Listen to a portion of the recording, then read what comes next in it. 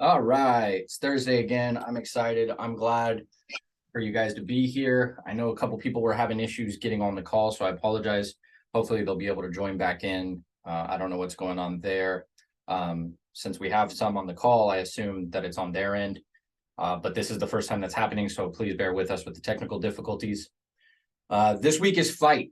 And a lot of times when I say fight, people kind of shy off because they're not as inclined to violence as I am and Matt is, and so they get a little nervous when I start to talk about fighting. But really, fight is about survival, and it doesn't mean just violence. It also means surviving the elements. It means surviving catastrophe. It means surviving anything that life throws at us. And so there's a certain degree of responsibility we have when it comes to ourselves and our people, especially if you are a father or mother, have family, that we have to do to make sure that we make it to the end of the road, right? Life is the game that can only be played. It can't be won, but the goal is to get to the end, whatever that looks like for you. And so part of why fight is in that pillar is it's oftentimes overlooked. We oftentimes see people become very comfortable, very complacent.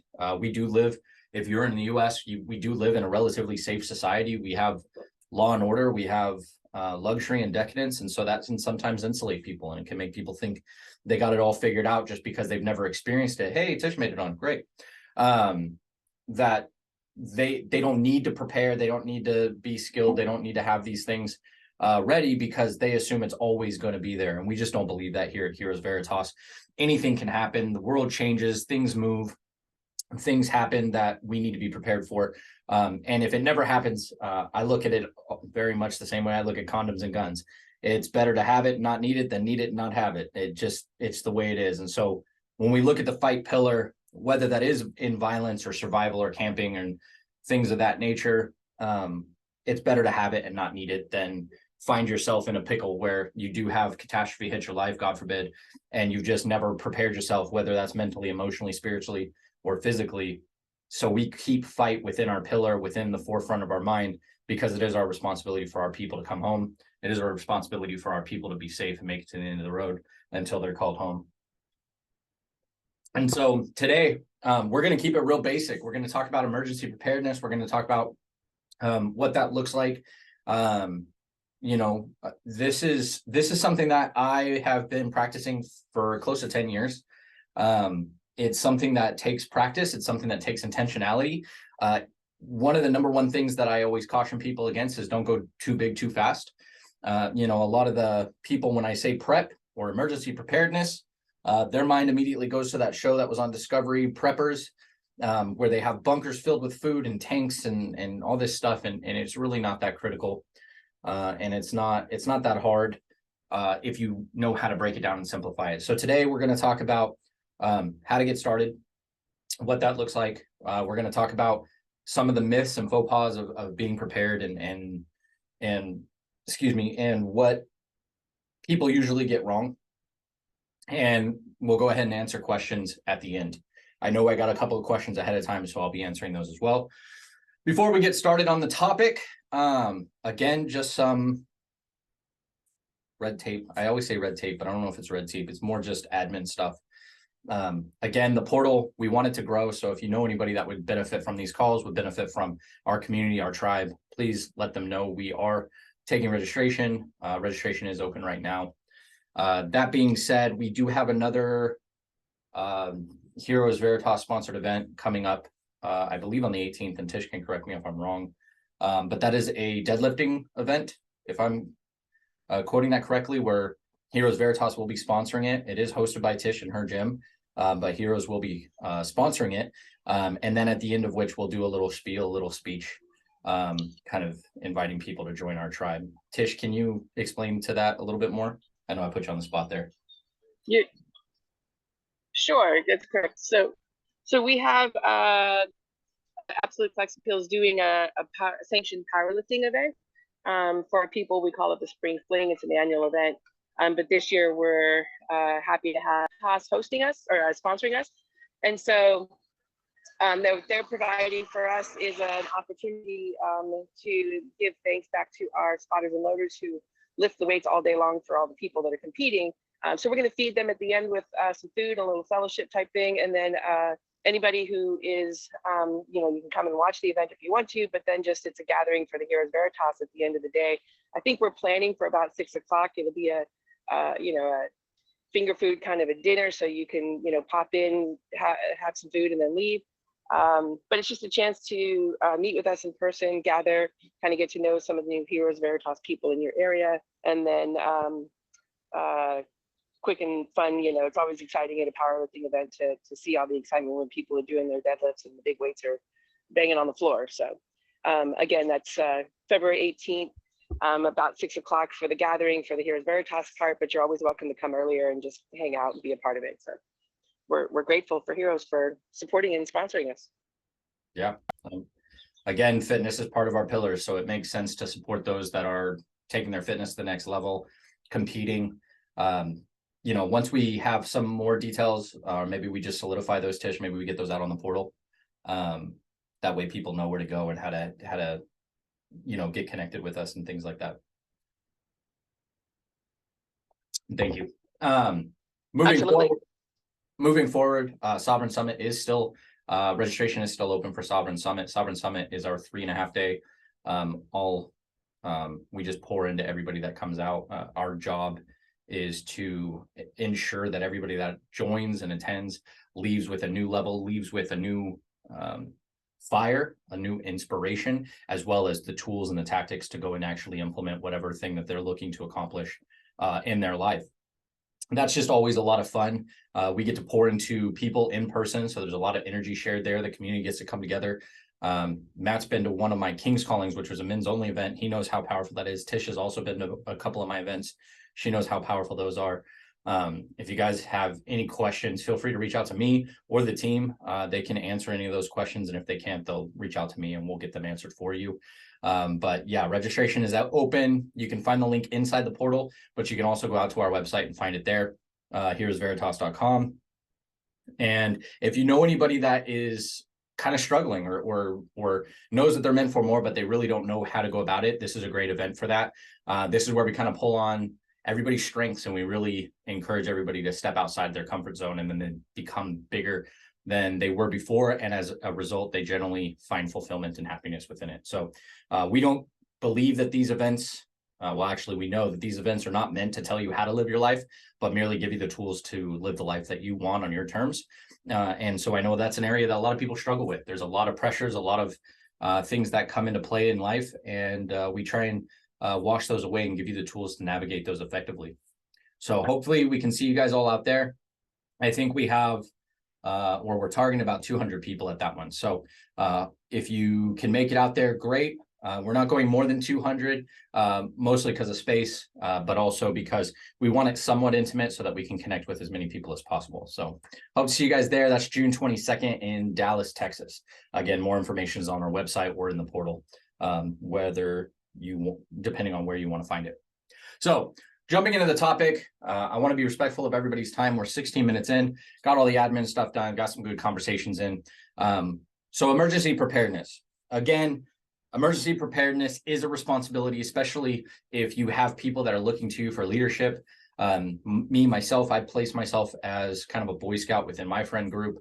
I'm known as a Boy Scout. I'm known as the guy that has the answers to everything and is the guy that can help them with those skill sets. And so I revel in that position. I take it very seriously. And I'm going to share with you guys today exactly how to get started. Because again, I've been doing this for 10 years, actually over a decade. And, it can get overwhelming. It can get kind of scary. There is some fine lines that you got to navigate. And there's a lot of information out there, but which is good information, which is bad information. And we're going to cover that today. So the first thing, when you're getting into emergency prep, again, a lot of people, when I say prep, they think preppers, they think doomsday devices, they think bunkers, they think, a 1.5 to 2 years worth of food. So the reality is it's not always that serious. When you get to that point, that's borderline paranoia. That's where you're thinking the end of the world, in which case there are bigger problems to deal with. So the general rule of thumb is you want to know what you're prepping for.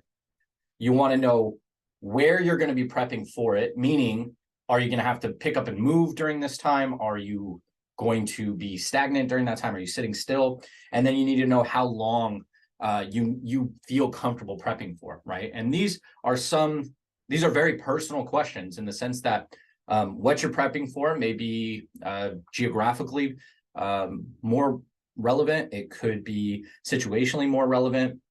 It could be different whether you're prepping for in the house versus on the drive or traveling or vacation. So what you're prepping for is the question of what are the most relevant things that could occur that you can somewhat prepare for. Because the reality is catastrophe strikes, you're never going to be prepared enough, right? Some people get locked into this space where they're like, I need to prep, I need to prep, I need to prep. What that does is it creates paranoia, because what you're doing is you're trying to perfect the preparation so that you have no variables to answer for when catastrophe strikes. I'm going to tell you right now, it is absolutely impossible to plan for every single variable that a catastrophe can happen. If you plan for water damage, you'll have fire. If you plan for fire, you'll have wind. If you plan for wind, you'll have water, right? Like there's just something about the universe that will find the gaps in your preparation and hit those first. And so get rid of the idea or the notion that you can perfect being prepared, because you can't. It is a lifetime journey, and you will always learn more. You will always find more efficiencies, more systems. You will always find an area that you have a gap. So let go of the idea that you can be fully prepared. If you do not let go of that idea early on, you run the risk of ending up in madness and paranoia. I've seen a lot of people go down that route. They start with, oh, I just want to have, 1 day worth of prepped food in the event of an earthquake, right? And then 5 years down the line, they've got an underground bunker with 3 years worth of food, and you don't want to go that route. It's one, it's costly. Two, it's highly unlikely that you're going to be using 3 years worth of food in any general scenario. And three, 9 times out of 10, the food that you're spending money on, you're going to waste that money because it's going to go bad, right? Like there's just certain aspects that you have to keep in mind. So when asking the question, what am I prepping for? The focuses that you should be looking at are things that are most likely going to occur or could occur in your lifetime.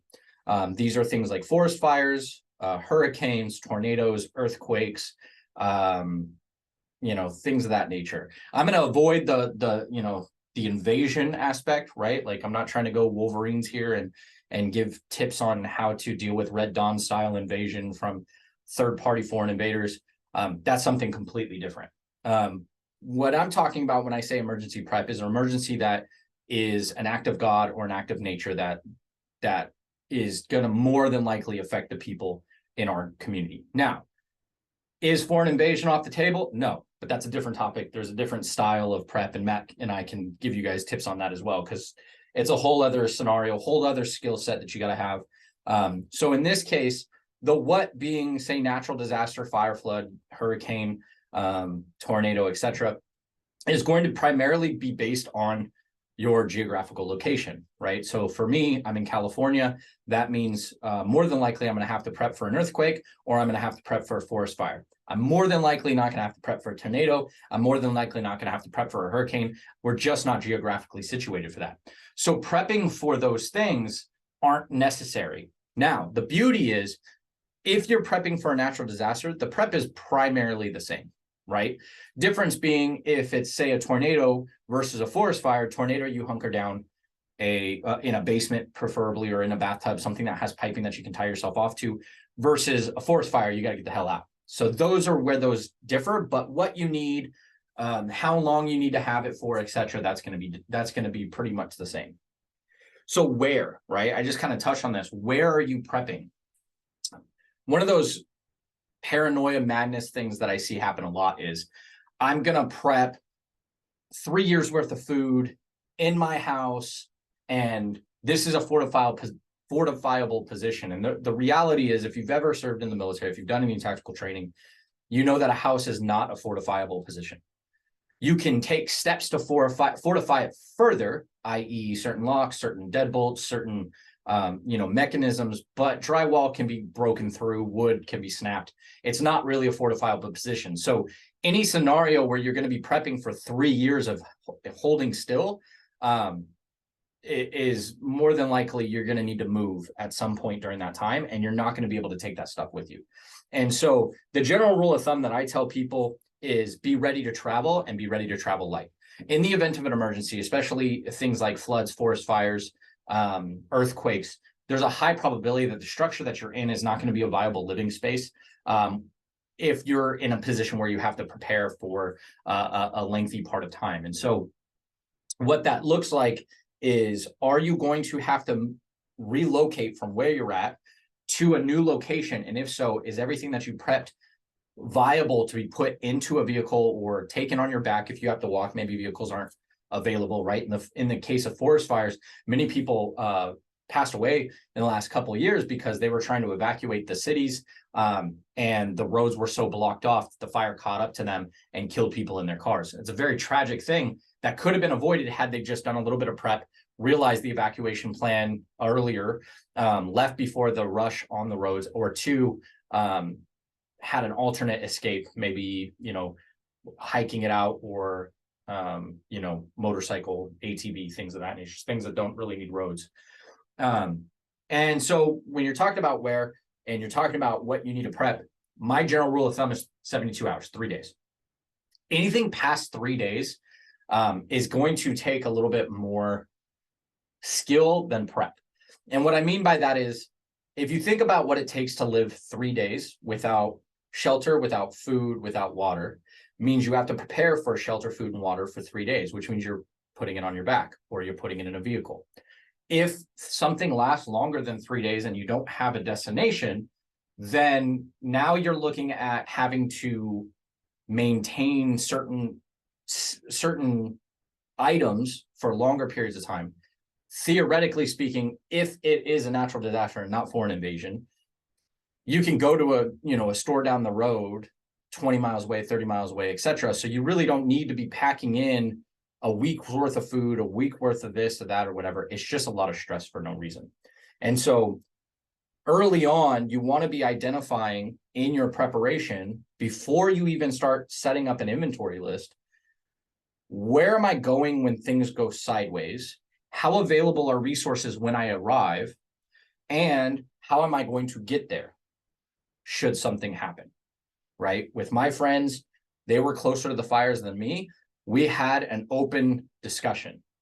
If fires encroach upon you before it encroaches upon me, then you come to me. We're about 30 miles apart.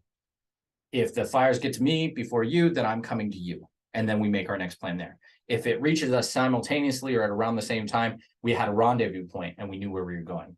So knowing where and planning that with your people is highly, highly effective, because it also generates what you need to bring with you, right? Like if I have a forest fire that's encroaching upon my house up here in the mountains, but there's no forest fire 20 miles away, then I don't really need to prep 3 days. I just need to prep enough for the travel down to the nearest grocery store 20, 30 miles away. And then again, going back to how long, 3 to 5 days, if for whatever reason, right? Like we had COVID recently and people were like, there's no food on the shelves, there's no toilet paper. How long? 2 years? Unlikely, right? People have a way of finding their way around things. So you're unlikely to have 2 years, even if with lockdown, you're still going to go find stuff to do and get stuff. So what you're prepping for, critically important, where you're going when things happen, and then how long you need to be are the first 3 questions you should be asking yourself. Now, once you get to that point where you know what you're prepping for, where you're going to go in the event of it happening, and how long you're going to be gone, you can start to have conversations with, okay, well, what are bare necessities, and always start with bare necessities, versus what are luxuries that we can take with us. So if I'm prepping, I'm going to keep this very simple just for an example's sake.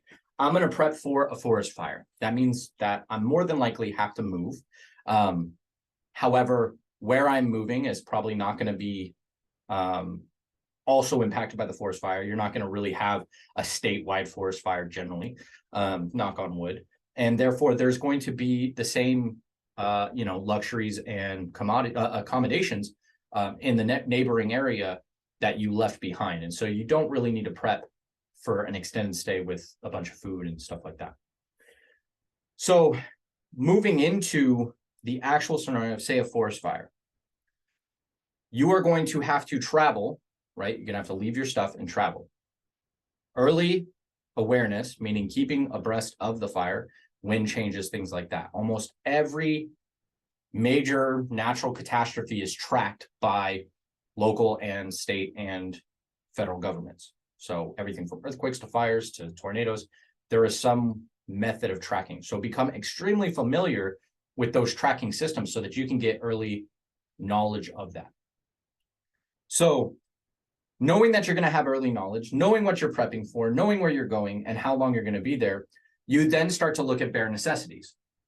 The way you break this down is food, water, shelter. Well, it's actually water, food, shelter, right? Are the three primary things. Water being first. You can't live more than 3 days without water. You can't live more than 10 days without food. And then you'll more than likely catch hypothermia or some form of weather-based illness, heat stroke, whatever, if you don't have shelter. So those three things need to be in your bare necessities list.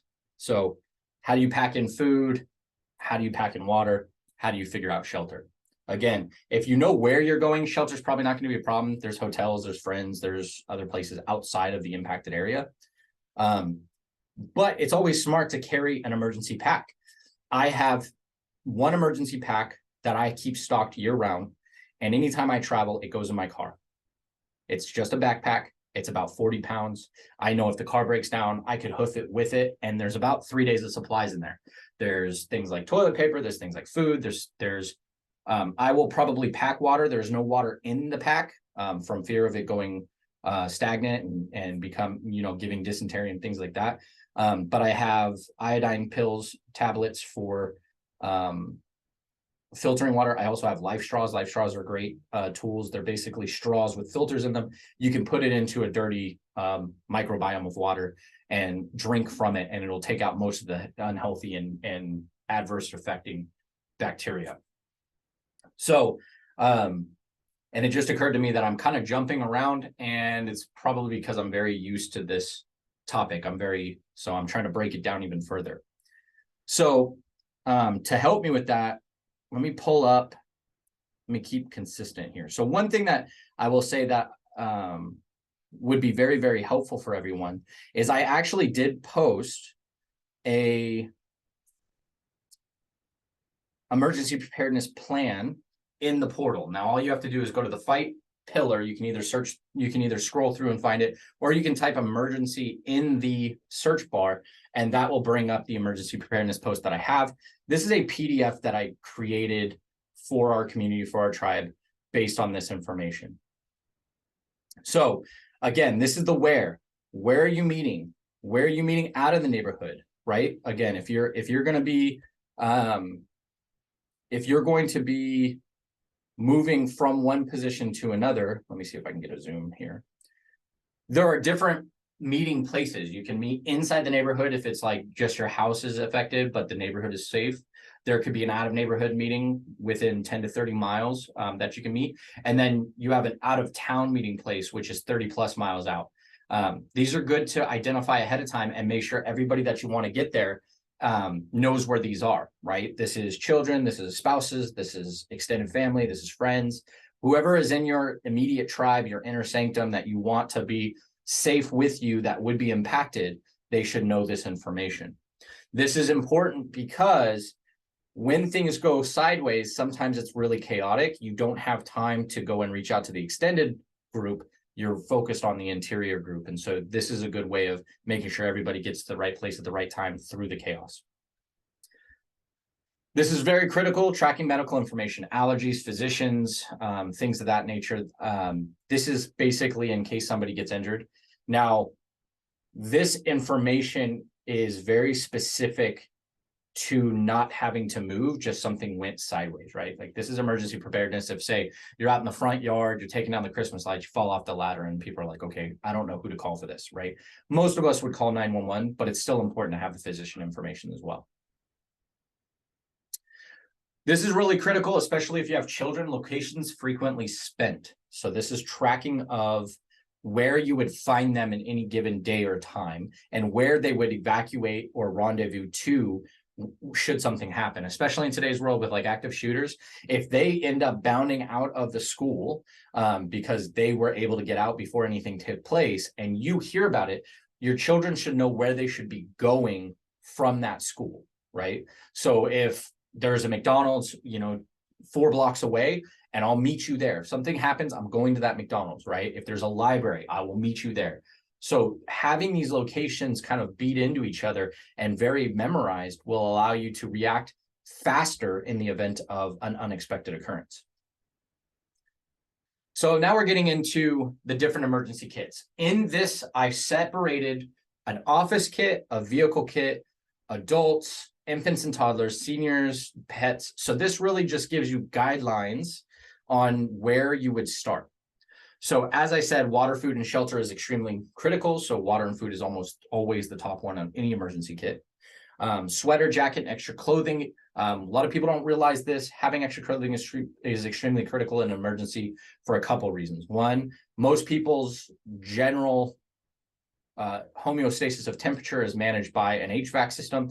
When things go sideways or go down, the HVAC system goes down. And so if it's cold outside, it's going to be extremely cold inside as well, because you no longer have a temperature monitoring system such as a thermostat or an HVAC system.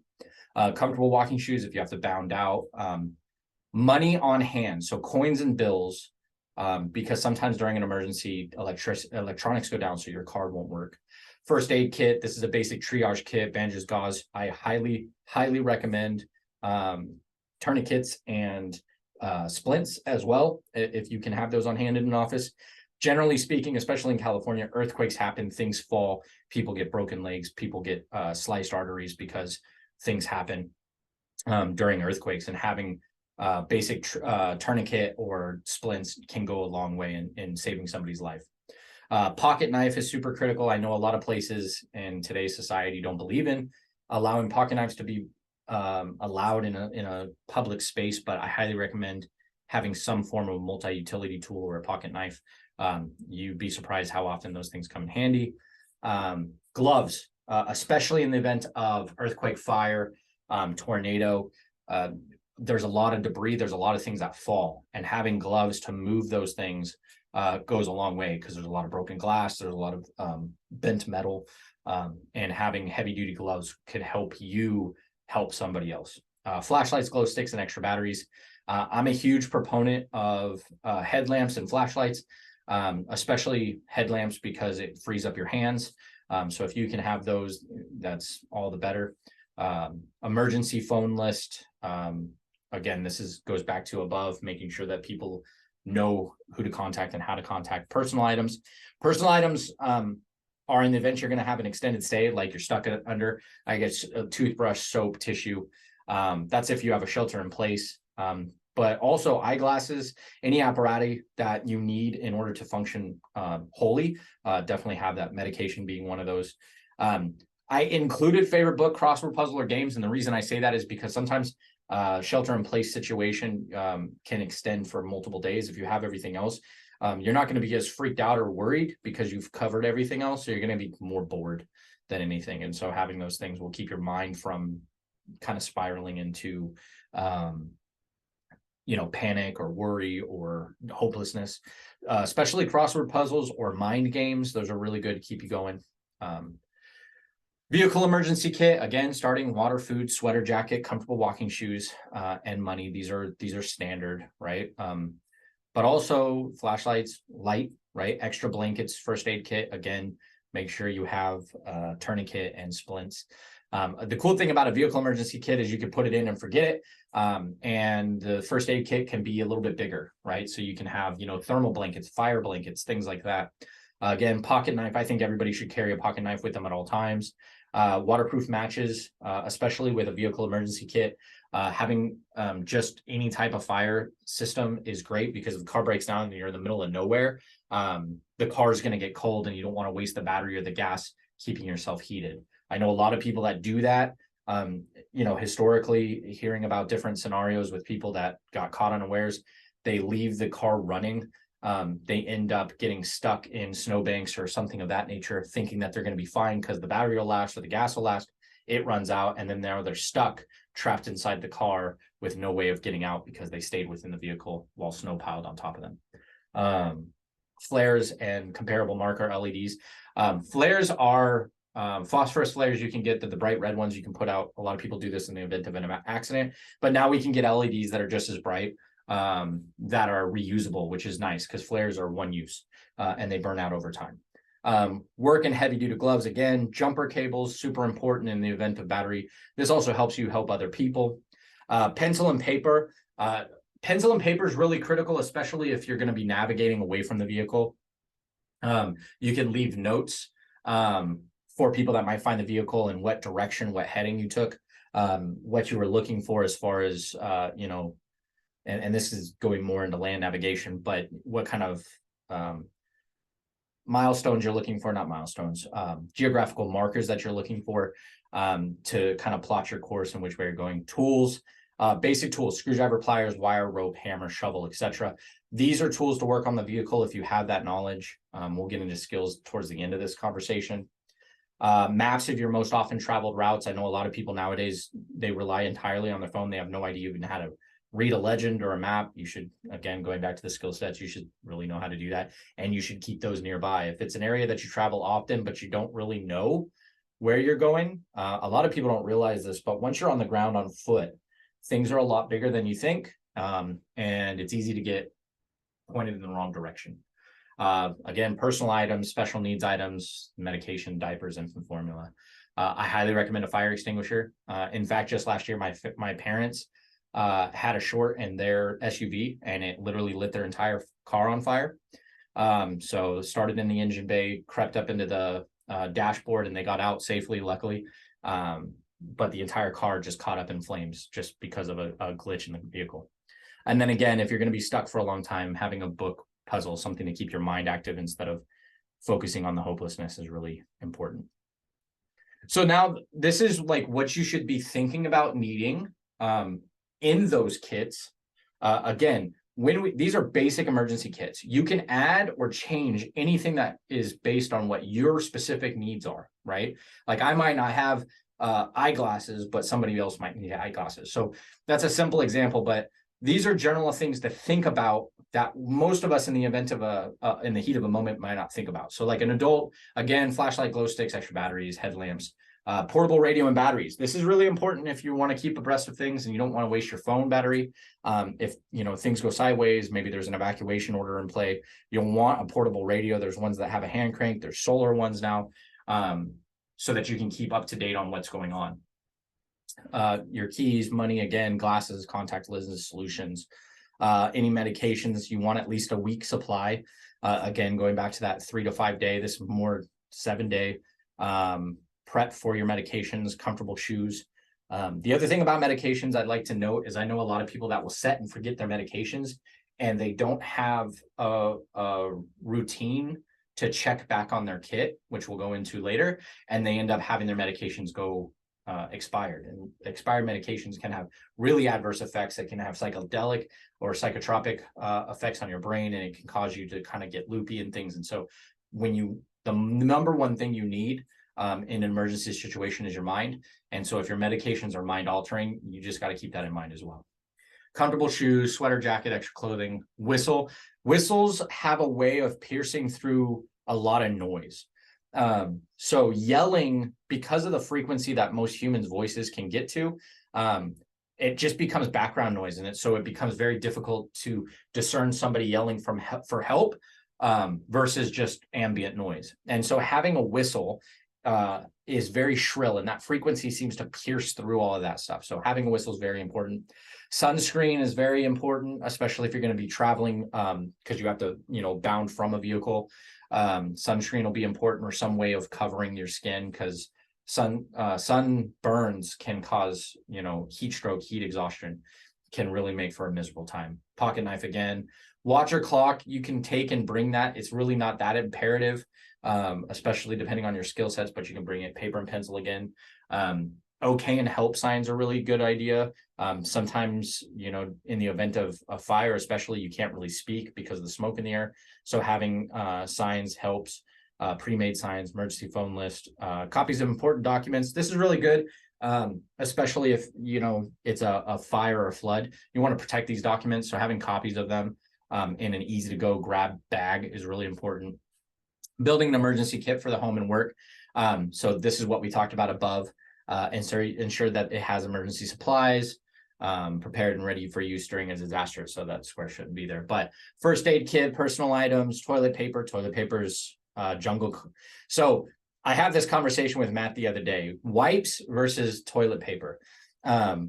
Anybody that's been in the field for long enough know that toilet paper is just not enough.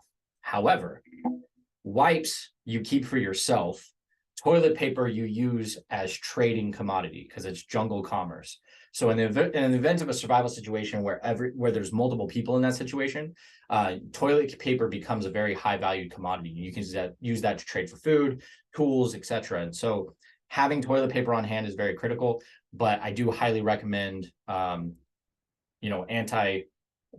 wipes, some kind of a cleansing wipe for your body. It's a lot better than using toilet paper. I can guarantee you that. I've been in the field a long time, sometimes as long as a couple weeks. And so toilet paper just doesn't do it after a while.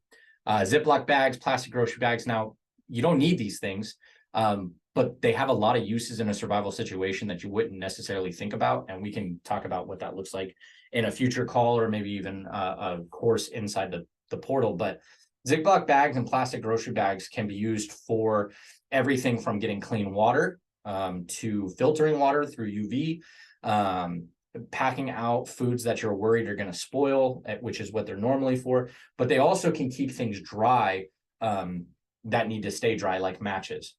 So having extras of those is very important. Plastic bags, as long as they don't have holes, can actually carry water as a water vessel. So that's important too, because drinking water is very important.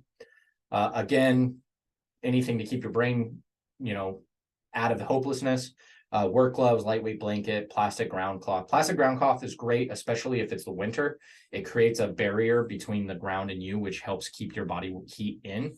Emergency tent. I have an emergency tent. It's a one to two person tent. It's very easy, single pop up. It costs like $40. It's a 3 season, so it's not like it's going to keep me super warm during a cold, wet winter snap, but at least in a general rule, it's going to be good in a pinch. Hard hat, dust mask, tools. Everybody has masks nowadays.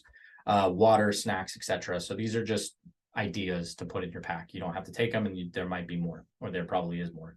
As far as infants and toddlers, this is something a lot of people don't think about, right? That your needs as a healthy functioning adult during an emergency situation is going to be very, very different than the needs of an infant, a toddler, a senior, a disabled person, or pets. Pets is often overlooked, by myself as included. So these are things like formula bottles, nipples, diapers, instant baby cereal, bowls and spoon, their sunscreen. Their skins have different needs. A thermometer, make sure that they're healthy. Medications, Pedialyte, electrolyte. I would also argue that Pedialyte electrolyte replacement solution is also important for adults, pretty much for anybody. Panic tends to increase adrenal and cortisol. That tends to dehydrate. And then any exercise or activity that we do is going to release those electrolytes out of our body through sweat, and we get dehydrated a lot faster. Having Pedialyte electrolyte will ensure that the hydration you put in the body, the water you put in your body, stays there. Firm-soled shoes for the children. This is so that they don't accidentally step on something, creating a secondary emergency situation. Toys, books, stuffed animals, especially things that have coping mechanisms for children. In the event of chaos and catastrophe, if they have that favorite toy, this goes a long way in keeping them calm and sedated during that, and they'll be able to lean on that coping mechanism a lot better. Having these forms, there's a lot of different forms, but there's an authorization consent to treatment of a minor form. When things go sideways and you go to like an emergency situation, these are the forms that they make you sign, so that the doctor's allowed to work on the child. In the event of what we're talking about, like a fire, whatever, and you move to another area, they'll have these. So it's not as critical, but it's not that bad of an idea to keep it on hand. Seniors or disabled, food for special diet needs, especially if like diabetics, having sugar-free things that keep their energy up but don't spike their insulin, things of that nature. Prescription eyeglasses, personal sanitary items. Like if you have, say, somebody who has dementia, maybe they don't know when to go to the bathroom, having protective undergarments, disposable bags, bio gloves, things like that can go a long way to making sure everybody else stays healthy, including themselves. Batteries for their hearing aids if they have a wheelchair, etc. The list of model and serial number for medical devices, as well as special supplies like oxygen catheters, etc. This is important, especially if you're going to be bounding from a impacted location to an unimpacted location, because this is how they'll learn how to treat those seniors or disabled individuals. Very, very important. And then guide dogs. Now, again, see pets, guide dogs fall into that pet category. So they're going to have similar systems. So they're going to need food, water bowls, make sure you grab leashes. Muzzles are important, especially in a chaos situation. They tend to get very scared. I am not one to put a muzzle on my animals. However, in that event, there's a high probability they're going to be much more likely to bite. And if you have somebody coming in to save you, sometimes they become very protective. They stay very protective. And so even though that person's coming to help them, they'll try and bite that person. So muzzles are very important. We have only a few minutes left. Thank you for the time check, Tish. I'm just going to finish this out. We're almost at the end here. Again, pet stuff, you can check this out. Grab and go bag guidelines. So 3 to 5 days away from home, like I said, pack for 3 to 5 days. Mind the environment. You'll be active, hot, cold, dry, wet. Is there shelter? Is there access to civilization? We talked about that earlier. Sleeping and hygiene needs. So again, it's covered up above. Air conditioning, heating may be unavailable, so make sure you have adequate cover for your body. Ease of accessibility, grab and go bag. So I keep my vehicle grab and go bag in the trunk. So it's there when I need it. I keep a house grab and go bag, which is for the whole family, the whole household, including pets, in the closet in a Tupperware. The Tupperware fits in the trunk. It's easy to pick up. It's about 60 pounds. I drag it out to the car when we leave. So now I have an emergency kit in the trunk as well as in the house. And now we have both in the trunk if we have to bound out of there. That has the grab and go in the house as well as the grab and go in the car are both backpacks. Even though it's in a Tupperware, they are actually in backpacks. So I can strap them on my back and take off. So that's available to you guys inside the portal. I just use that to kind of glaze over the emergency preparedness.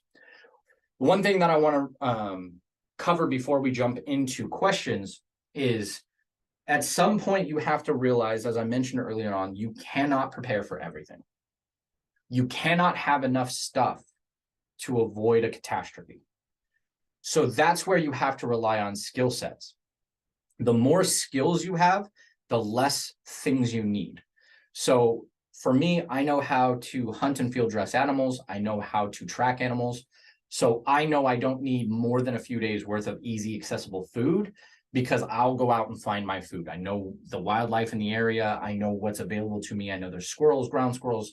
There's ways to treat it so that you're not getting rabies and things of that nature. So those skill sets that I have developed keep me from having to have these lofty pantries of prepped food.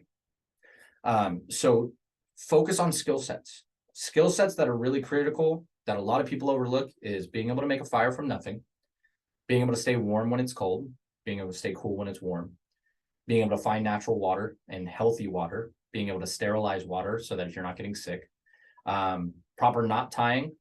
You'd be surprised how often not having the proper knot can really detriment your survival. Proper medical triage, very critical. Being able to treat slash gash abrasions, breaks, using a tourniquet, CPR. These are skill sets that can really soften the blow of a catastrophe if you have them under your belt, because you don't have to rely on other people to come and save you. You can save yourself or save your family. And so developing those skill sets is kind of where I put most of my investment in. I don't put as much investment in a prep bag or things like that. My primary, I have small bags, like I mentioned. They probably ran me about $100 to put them together. And I built them over a certain amount of time. And, you know, at most, maybe I've spent $250 on those, replacing and replenishing. But I put all of my money on training, being out in the woods, knowing how to do these things, putting myself in situations where I can test myself so that I know that if my family needs me, if my people need me, I'm ready to jump on, be the Johnny on the spot and get it all done. That helps me feel safe. because I know no matter what happens, hell or high water, I will be good to go. I know exactly how to respond to the situation. So despite everything we just covered, that's the like kind of tip of the iceberg, just how to physically be prepped. That's how to have the stuff. But in reality, it's really going to come down to your skills and the ability to be resourceful in the event of a catastrophe. That's really going to save you. So right now I'll answer the questions that I already got, but go ahead and throw your questions in the chat if you have other questions, or, raise your, unmute or whatever, and we'll answer those. So one of the questions that I got ahead of time was, as a woman, what kind of things do I need to keep in the car to remain safe? And I thought about this a little bit from the position of like, well, it shouldn't be different for a woman than it is for a man, because, we're all human, we all bleed, we all have catastrophes. But the reality is there are certain things that are a little bit different for a woman. You should still have that kit that I said in the car, where it's food, shelter, water, clothing, lights, etc., tools. But I would also recommend maintaining either a pepper spray or a weapon, a force multiplier weapon in the vehicle. There is evil out there, folks, and men should have force multipliers as well, but they should be skilled with them to fend off somebody who might take advantage of a situation.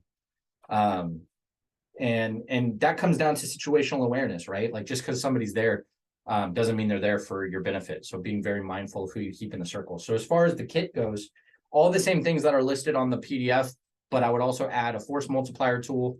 I would add anything that would, any lever or fulcrum that would give you more strength than you normally would.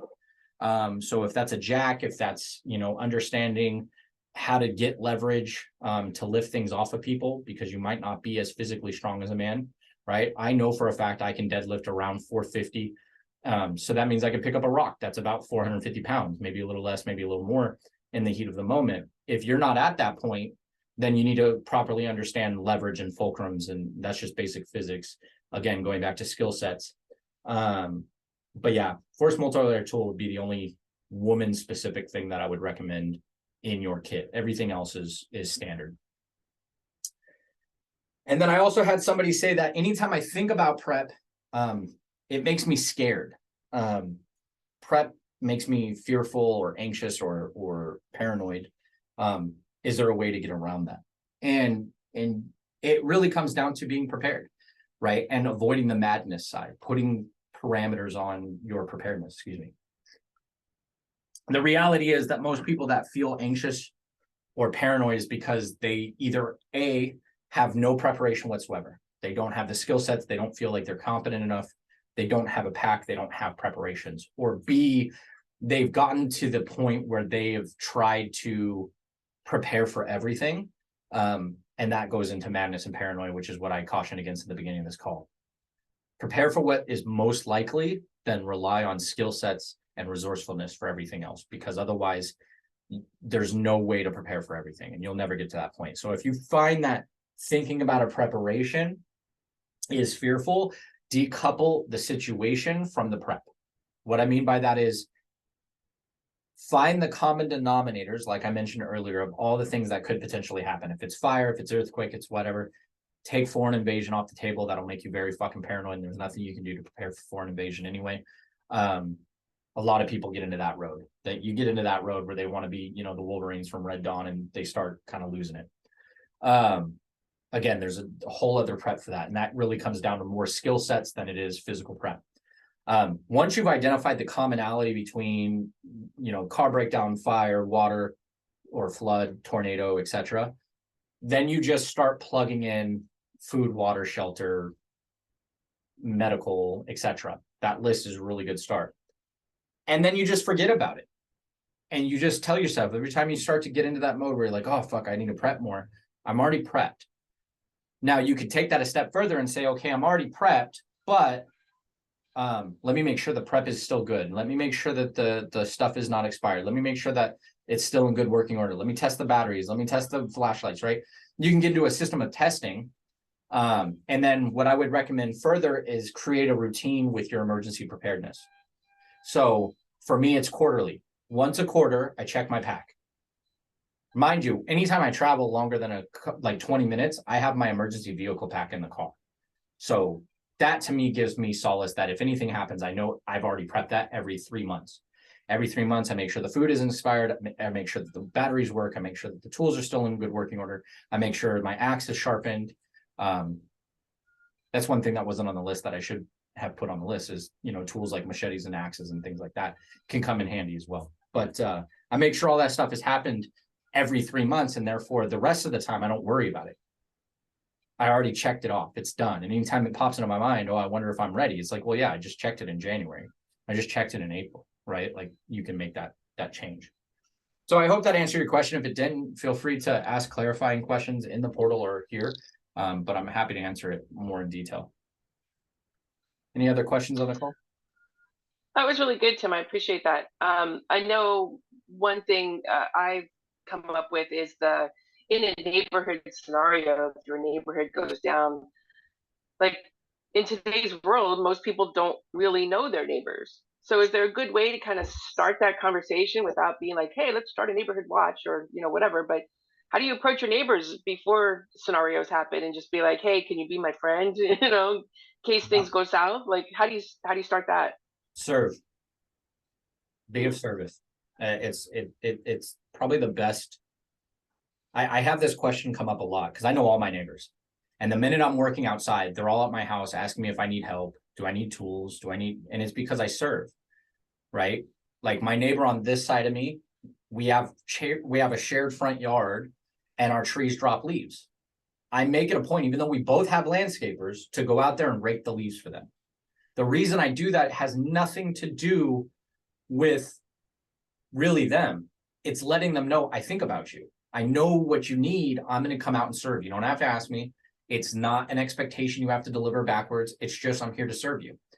And now every time they see me, we have a conversation. How's everything going? How's work? I know their injuries. I know their children. I know what sport their kids are playing. I engage in conversations, and the way you start those conversations is you serve them. Because the number one thing that people have an issue with service is that awkward moment when you walk up and you're like, hey, I'm your new neighbor. You want to be friends? It's fucking weird. It's awkward. Everybody feels it. Because especially in today's society, and a lot of people don't realize this, we're anthropologically wired to be cautious of other people, right? So if a person just walks up and is like, hey, want to be my friend? They're like, what do you want? Right? So there's this moment of like panic. But if you start with, hey, I noticed your car was, this, I can fix that. Or, do you need a tool? And you just offer, and you don't ask anything on the back end, you just keep offering. Over time, they're going to be like, wow, he's really cool with helpful and nice. And I want to know more about that guy. Same, there's a guy down the street that I keep my eye on because in serving him, I've noticed he's fucking kind of weird, right? Like, and that might sound like a judgment for a lot of people, and maybe he isn't that weird, but when it comes to discerning my block and the people that are on my block, I'm taking it upon myself to serve each and every person. And if they're not open to service, meaning they're like really awkward, or they're a little bit like, I get a weird vibe from them because I'm a vibe guy. Like I feel intent. I don't stop serving that person. I just take a step back and go, all right, I made a note that this is odd behavior. Right now, that going beyond that, once you've served them, continue the conversation, right? Like I said, now everybody walks up. I don't just go, hey, I'm busy right now, talk later or whatever, which a lot of people do, or they just do a wave and they keep going. Right? You have to actually care if you want them to care about you. All relationships are reciprocal. So serve first, actually care, and then that will be returned to you in favor, right? Like it's just how humans work. And then as far as like emergency preparedness, you don't necessarily need to have that conversation, right? You can ask, hey man, like I was actually just doing my emergency preparedness kit. Do you guys have one? Do you guys know where you're going to go? You can earnestly ask that organically with people. And you can use the fact that you're doing yours to let them know, hey, I was thinking about you. This might be something you guys should think about, right? And that can kind of organically create that conversation as well of like, oh, actually, I don't really know. What do you think is best? And then you could be like, well, I'm going to rendezvous over here. You guys are more than welcome to join us, and this is the kit that I have, and I'll share all my stuff and you guys can get prepared. So now you're taking that a step further and you're saying, listen, if you're not thinking about this, I'm already thinking about this. I've done all the thought for you. Here you go. Right? And instead of waiting on the neighbors to be like, I don't know what to do, or engaging, you're the one engaging and telling them, I care about this neighborhood. I care about this community. I want to make sure all of us get out safely and we're good. And that creates trust bonds that are reciprocated. And so it is very awkward in the beginning. You have to start those conversations. And if you're not brave enough to walk up and be like, hey man, I saw XYZ because you're afraid of looking weird, it's not going to work. It's not going to happen. You have to foster the relationship. And I'm going to tell you right now, and I talk about this all the time, be open and authentic. If you come with hesitation, they're going to feel the hesitation. They don't care why, and they're going to hesitate. If you just walk up with confidence and you're like, hey man, I'm your new neighbor. My name's Tim. I just wanted to introduce myself. So if you see me and you need anything, you just let me know. I'm happy to help. And mean it. Right? A lot of people say that shit. And then when somebody asks for help, they're like, fuck, man, I don't want to help. It's like, then don't fucking offer. I mean it. If you have a tree go down, I'll help you cut it up. If you need help moving, I'll help you move. Because the reality is that service, and I know a lot of people get confused because they're like acts of love or whatever. Service is the number one way to build a relationship with anybody. It doesn't matter what your love language is. If you actively serve somebody through your actions, it doesn't matter what you say. You're proving it through your actions. So serve, serve, serve. And once you serve, it'll come back on the back end. It's kind of like your emergency prep. If I'm serving you, then I'm prepping for the day that catastrophe happens. You're going to be there because you're going to remember all the times I served you when it was peace. Right? Now that it's chaos, you're going to come to me and be like, well, you're the guy that knows everything. So what the fuck do we do? Well, now I just put myself in a position of leadership to now manage that space. And now those people are looking to me for guidance. And so just serve, to just get off my soapbox, just serve. And the neighbors will either find their way into your space or they won't. But at least you did the kind of due diligence to discern, okay, this neighbor has these issues. This neighbor has these issues. I can't tell you how many people I know all of their dirty laundry just because I walked over and was like, hey, do you need a wrench? Do you need a jack? Like, can I help you with your oil? Like, and then they just pour it out because they're just like, hey, somebody's talking to me. Now, what you do with that information makes you a good or bad person, right? I'm a good person, so it stays with me and I don't share it. But I also know a lot of the neighbors gossip a lot. So I know they talk a lot of shit about me. I don't get upset about it. I'm a very hardcore dude. I'm very intense. And so when their kids come to my house, I'll tell them like it is.